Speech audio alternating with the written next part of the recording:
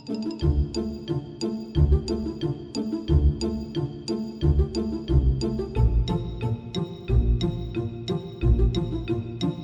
there, it's me, Annalisa Boyd, Orthodox Christian wife, mom to 9, bread baker, candy maker, self-proclaimed doula, accidental midwife, and the author of The Ascetic Lives of Mothers, Hear Me, and Special Agents of Christ, all through Ancient Faith Publishing. Last episode, I talked about having children with special needs that are more obvious and visible to the naked eye. And this time I'm going to talk more about children who have behavioral issues, mental health issues, and special needs that aren't as obvious. In my experience, and having both kinds represented in my house, I have found it a lot more challenging with my kids who have behavioral issues, who have those kinds of special needs, being understood, accepted, and received in church, in the community, anywhere, than my guy who has the genetic disorder.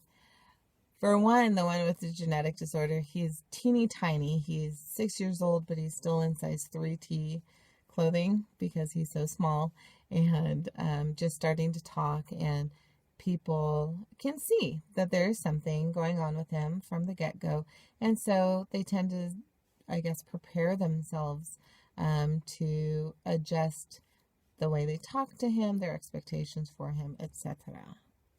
But with my guys with the behavioral issues, they look like all the other kids.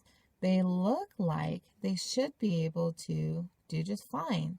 People then are left to make assumptions about who my child is. A lot of times they assume that they must, play video games all the time, or they must, not be parented very well, or that they're kids who are just sneaky, or consciously making the choice to be defiant, or whatever. There was a video on YouTube not too long ago where somebody was kind of, my opinion, shaming parents. But it just showed a bunch of pictures and video clips of kids who were acting out at the store or in public. And my heart actually went out to those parents and to those kids because of the children I have in my house. Now, I know that my kids, some of them have behavioral issues some days it's just like normal bad mood day, but my guys with these special needs, one was born drug exposed, one has inherited some mental health issues, and one has trauma related PTSD and stuff like that going on. And so sometimes the outbursts that we see and think we know what's going on has zero to do with parenting. And not only that, but the parents who are caring for these kids, you have no idea how much work they are putting into their child just to get them to be able to behave as badly as they do in public. That getting to that place from where they were is huge leaps and bounds, but we're still on that socially unacceptable side of the line. But we're doing the best we can. My brother has some of these special needs that are represented in my house. You know how parents say, I hope when you grow up you have a child just like you? Well, I grew up and I had a child just like my brother. Which I was like, hey, it wasn't supposed to work that way. Maybe my mom did the curse wrong. I don't know. But God prepared me through my older brother for some of the stuff that I see in my home now. And I'm so thankful for my brother, who is a very amazing man, that we have become really, really, really close friends all over the years. Never as a child thought that was going to be a possibility. But he was ADHD before it was called ADHD. And my mom had Sunday school teachers come up to her and say, I hate your child. Not, I don't like teaching him or it's really hard, I hate your child. Oh my goodness, what a thing to hear as a mom. Sunday school teacher. I have had Sunday school teachers, they didn't say hate, but they looked at me like I had major issues because my child behaved the way he did. And they made it clear that they did not enjoy having my child in their classroom. And it's heartbreaking, heartbreaking. But we need also to take a deep breath and realize that most people have not been around children like our kids, and they need to be treated with compassion, and they need to be educated. And again, not with the giant ream of paper worth of information that you have on your child. And when I was an autism therapist, a million years ago, but I was an autism therapist, and one of the things we did with any of our kids that were going to be mainstreamed into regular classrooms is we would go into the classroom, usually when they were either gone for that day or they were in resource or something like that, and we would have a discussion with the class about who this child was. So this is Melissa. I never had a child named Melissa.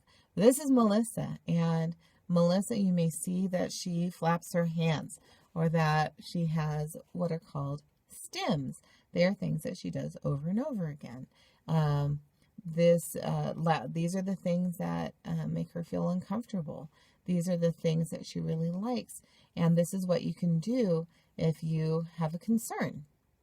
And that way, the kids were very open and willing at that point to interact with the kids that I did therapy for, because they had understanding. So going to your child, getting permission, and talking with your child's Sunday school teacher, and going and having a moment to talk to the Sunday school class may make a huge amount of difference, simply because it really is empowering the Sunday school class, and it can really be kind of a group effort to deliberately befriend your child, or at least not be offended by the things that they do that are socially inappropriate. Because we have to understand that our kids do look normal. They look like they should get the social cues. They look like they should understand body language and facial features and all those things that other kids just normally get without having to break it down and do, repetition and flashcards and social stories and all sorts of things to help our kids understand what all of that means. They look like they should get it, and they don't. So if you are a parent of a special needs child and you are feeling alienated in your congregation, or that your child is alienated and having difficulty, talk to your priest and see if there's a way for you, if he has an idea of somebody that you can talk to, maybe the education director or another parent in the congregation that he would recommend for you to talk with and maybe befriend. So at least you'd have, just having one other person who has a willingness to get to know your family can make all the difference in the world. Also, talk to your priest and or director of Christian education in your church about the possibility of getting like the Soyo age kids or the youth group, probably high school age kids involved in doing acts of service or kindness to the children or adults with extra needs, bonus features in the church. This could mean a lot of things. Getting them on board to maybe go sit down at a table with a child with special needs and kind of be a big brother, big sister kind of situation.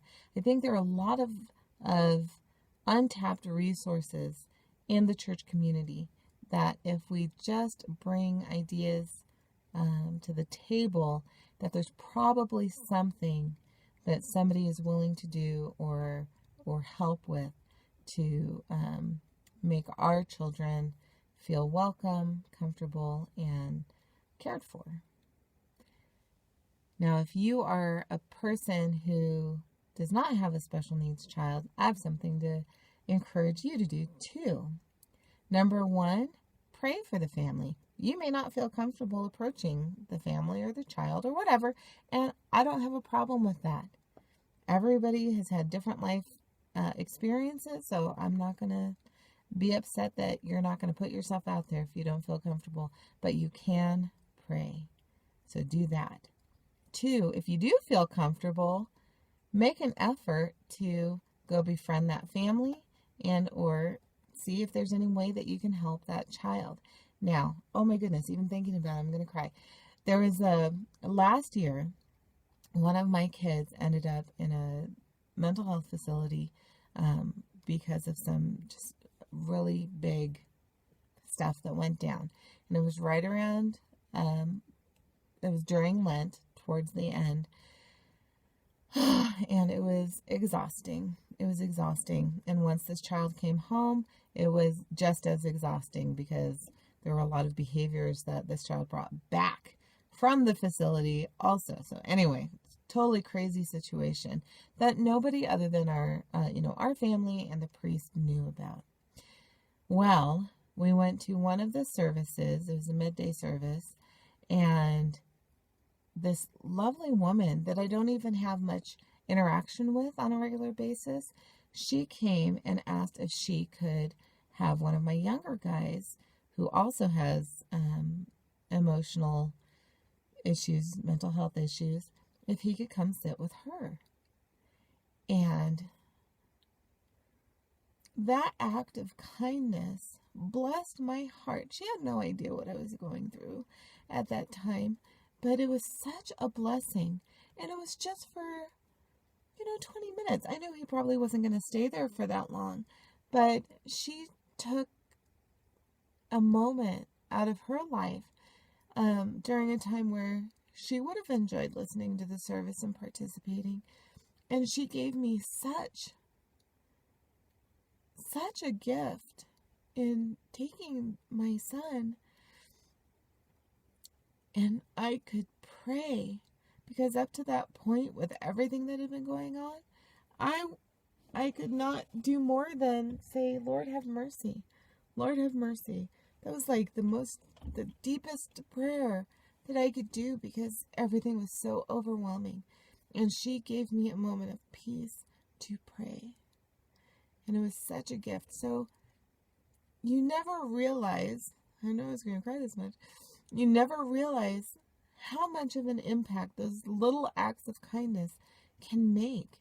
And if you have a group of people, several people who might be willing to walk around with your child for a few minutes, or have them go sit with them for a part of the service, you have no idea what a blessing that can be to a family. And letting them know that they are valuable and wanted,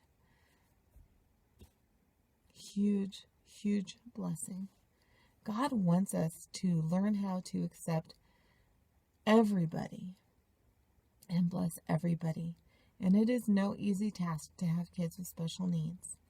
It is not without there's the challenges and struggles on the face of it, but it is not without great struggle. So real quick, before I end, I wanted to read a prayer. I'm always reading. Okay, you would think, just because this is a book that I wrote, many of the prayers I wrote, every time I look through it, I don't know if God has blessed me with short-term memory issues or what, but it's like I'm reading somebody else's stuff. And I need this. Oh my goodness. I need this. So there actually is a little section, some prayers for special needs, behavioral, developmental, and emotional, because that's where I am on so many levels. Okay. And this is a prayer for us mamas. Have mercy on me, O Lord, and calm my fatigued heart and mind. I feel out of control and overwhelmed by my child and what is required to care for his or her behavioral, developmental, or emotional needs. Help me so that in my distress I do not sin against you. Help me to take advantage of quiet moments, no matter how small, to seek your holy counsel. Let me not forget to pray. Thank you that your love for this child never changes or diminishes. Thank you that I can trust you for the strength I will need to parent this child today, and that you provide hope for tomorrow. For you are holy, now and ever, and unto ages of ages. Amen. So if you are a parent with a child with emotional, behavioral, mental health issues, God bless you and have mercy upon you. And if you are not a parent who has a child like that, God bless you and have mercy upon you, because we are supposed to be the strength and courage and encouragement for one another. We both have something to offer each other. So let's keep working out our salvation one mama moment at a time.